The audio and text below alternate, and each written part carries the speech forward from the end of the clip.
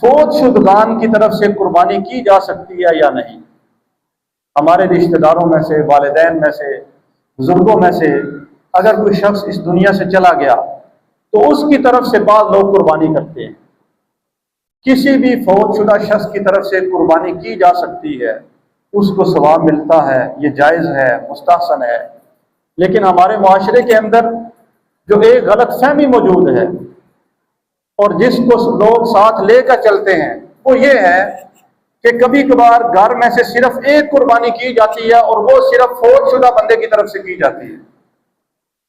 ایک ہی قربانی، ایک ہی بکرا قربان کیا جا رہا ہے اور وہ والد صاحب فوت ہو گئے جو ان کی طرف سے کر دیں، دادا کی طرف سے کر دیں، دادی کی طرف سے کر دیں۔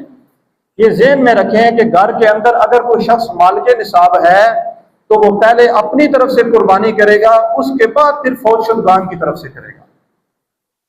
اس لیے کہ فوت شدگان کی طرف سے قربانی کرنا یہ لازمی نہیں ہے، ضروری نہیں ہے، واجب نہیں ہے۔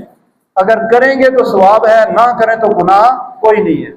لیکن جو ہمارے اوپر قربانی لازم ہے، ضروری ہے، واجب ہے، اگر ہم اس کو چھوڑ کر اپنے فوت شدہ رشتہ داروں کی طرف سے کریں گے تو ہم خود گناہگار ٹھہرائیں گے۔